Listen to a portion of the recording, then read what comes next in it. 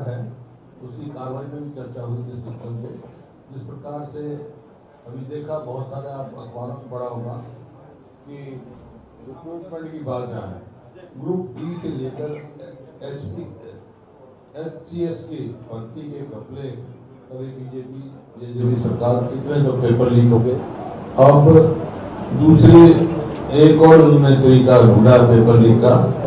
कभी के क्वेश्चन पहले साल के 24 क्वेश्चन रिपीट करते हैं 32 क्वेश्चन। अब तक कभी 30 पेपर लीक का अंजाम दे चुकी है सरकार और HPSC भर्ती की परीक्षा में 32 क्वेश्चन जो जुलाई 2022 में हुई एक परीक्षा के पेपर में हूबहू कॉपी कर दिए गए और पिछले HCS का पेपर हुआ था उसकी कॉपी कर दी गई इसमें। तो इस प्रकार से इसी प्रकार पहले वेटनरी भर्ती क्योंकि साल 2017 की महाराष्ट्र में ये भर्ती परीक्षा के 24% कॉपी की गई, वेटनरी की हो। इससे पहले HCS की भर्ती करने वाली HPSC के डिप्टी सेक्रेटरी के यहाँ दफ्तर में 1 करोड़ रुपए पकड़ा गया था, लेकिन उस मामले की आगे कोई जांच नहीं चली, ना कोई जवाब मिला। मैंने इस बात को असेंबली में भी उठाया था। तो आज उसका कारण ही हो गया 2 लाख पद खाली हैं और सरकार नौकरी नहीं लगा रही लोगों को, और उसकी वजह से स्कूल जो है वो मैं आपको डिटेल दूंगा आज क्या परिस्थिति है स्कूलों की।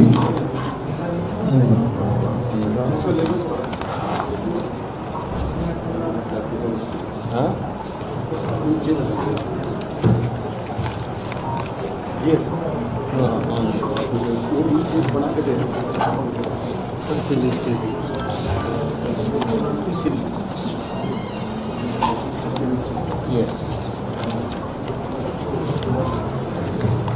सरकार ने जो हाईकोर्ट में एफिडेविट दिया है उसमें सरकार ने माना है कि प्रदेश के 538 स्कूलों में लड़कियों के लिए टॉयलेट नहीं है, 1047 स्कूलों में लड़कों के लिए टॉयलेट नहीं है, 131 स्कूलों में पीने का पानी की व्यवस्था नहीं है, 236 स्कूलों में बिजली कनेक्शन तक नहीं है। प्रदेश के 321 स्कूल ऐसे हैं जहाँ चारदीवारी नहीं है और 8240 जो है क्लासरूम जो नहीं है, और जहाँ 5630 अन्य कमरों की जरूरत है, 8000 जो है क्लासरूम की कमी है। स्कूल में सारी कमी पूरी करने के लिए 1784 करोड़ रुपए का बजट मांगा गया और सरकार ने 2023-24 के लिए सिर्फ 424 करोड़ बजट दिया है, यानी 1360 करोड़ कम बजट दिया है। तो शिक्षा की तरफ कोई ध्यान नहीं है, जो बजट भी दिया जाता है वो पूरा इस्तेमाल नहीं होता। ये एजुकेशन इसका हॉस्पिटल्स का बुरा हाल है इनका। और रिक्रूटमेंट हमने बताया आपका रिक्रूटमेंट की एजेंसी में लोग, जैसे मैंने कहा आपका HPSC डेंटल सर्जन रिक्रूटमेंट और इसमें 2021 में कैंसिल हुए, स्कैम अनर्थ हुआ था HP ऑफिस में, सब कुछ आंसर कुछ चेंज मिली गई थी। तो ये सारी बातें देखकर हर बार ये करते हैं ये HPSC जो है कमीशन डिसॉल्व होना चाहिए। ये एक मतलब उसका वो बन गया है, अड्डा बन गया है भ्रष्टाचार का। जिस तरह जो 4800 PGT की वो है वो खाली पड़ी है, इस प्रकार से इनका ये खाली पड़ा है। और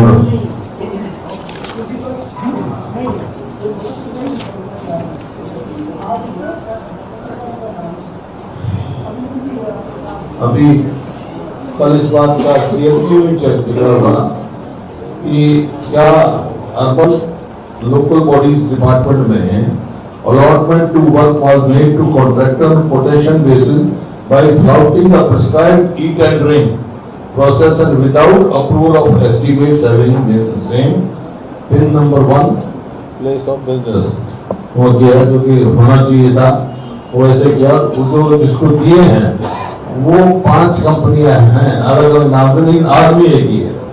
ये मैं नहीं कह रहा हूँ, सीएजी कह रहा है।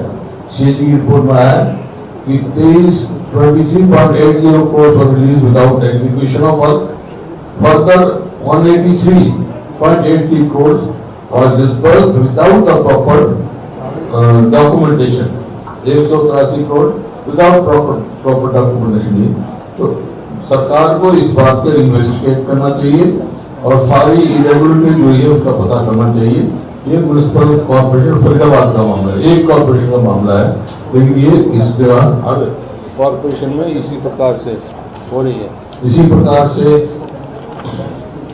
अभी इन्होंने एक टेंडर फ्रॉड किया गन्नौर के लिए। गन्नौर जो है IIHM जो गन्नौर मंडी है उसके लिए टेंडर वॉज फ्लोटेड ऑन 20 दिसंबर 2021। उसका एस्टिमेट जो पहले इनका था 2200 करोड़ का था और L1 बिल जो आया वो उसने कोट किया 2500 करोड़ और टेंडर कैंसिल कर दिया गया। ये ज्यादा अमाउंट है। उसके बाद सेकंड कॉल टेंडर जो हमने किया वो एस्टीमेट वैल्यू जो है 2500 करोड़ की लगा दी और L1 जो बिडर था वो 2650 करोड़ में उन्होंने दिया और L2 था 2678, जबकि कानूनी तौर पे L2 को नहीं दिया जा सकता, लेकिन ये जो है L2 को दिया गया।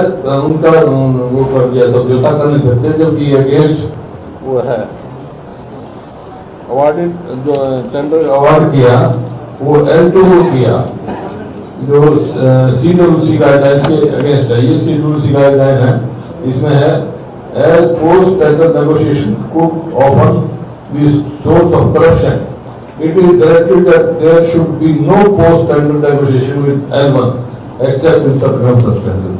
L1 से नेगोशिएशन की कर नहीं सकती। तो ये इस बात की पूरी जांच करनी चाहिए इनको, ये टेंडर कैसे गया और L1 को क्यों नहीं दिया गया, L2 को क्यों दिया गया, और पहले जब 2500 करोड़ का L1 आया हुआ था तो ये एस्केलेट कैसे हो गया इतना ही। तो ये सारा मामला जो है इसी प्रकार से है। तो ये सरकार जो है एक के बाद एक वो कर रही है।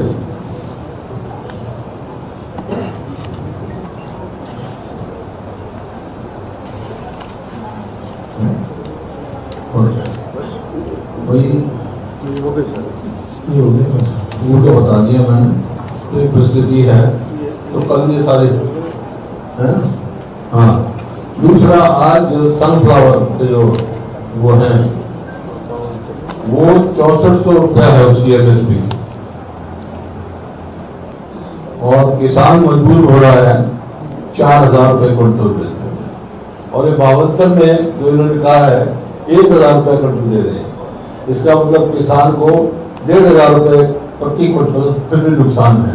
तो 72 से निकाल के जब MSP है वो मिनिमम सपोर्ट प्राइस है, कोई MRP नहीं है, मैक्सिमम रिटेल प्राइस नहीं है, वो मिनिमम सपोर्ट प्राइस किसान का हक है, उसको 72 से निकालकर 6400 खरीदना चाहिए, MSP पे खरीदना चाहिए। और जो मुआवजा कह रहे हैं, आज का मैं पढ़ रहा था कि इतना मुआवजा दे दिया हमने, तो बार बार मान लीजिए बावजूद किसानों को मुआवजा नहीं दिया गया। 17 लाख एकड़ से ज्यादा फसल खराब हुआ है, लेकिन सरकार ने लगभग 3 लाख एकड़ का फसली मुआवजा दिया है। वह भी ना बराबर। बहुत सारे मेरे पास टेलीफोन आए कि हमारे पूरे 18 एकड़ सब खराब हुए और मुआवजा हमारे को नहीं मिला।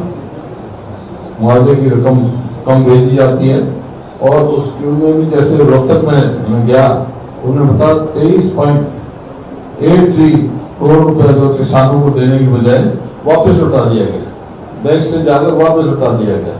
तो ये और कौशल निगम रोजगार के नाम पर वो तो कर रहे हैं, लेकिन तो चला रहे सरकार, और एक दिन लगाते हैं थोड़े दिन के बाद निकाल देते हैं। देखिए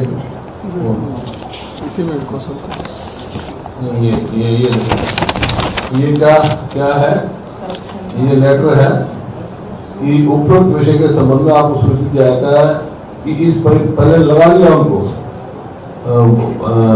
fuel and vehicle maintenance head तथा सैलरी हेड में बजट न होने की वजह से हरियाणा कौशल रोजगार निगम के माध्यम से कार्यनिरत कर्मचारियों को सेवा की आवश्यकता नहीं है। मतलब तनख्वाह नहीं है तो उनकी सेवा की आवश्यकता नहीं है, ये रीजनिंग दे रहे हैं।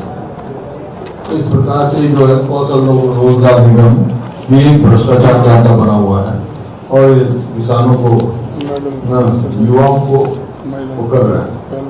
और कल सीएसपी ने ये भी किया जो हमारे मेडल लेके आए खिलाड़ी पहलवान उनके साथ जो बस रुकी हुई और जो इंसाफ भी नहीं मिल रहा उसके भी उन्होंने चिंता व्यक्त की है और आग्रह किया जल्दी जल्दी इंसाफ दिलवाया जाए।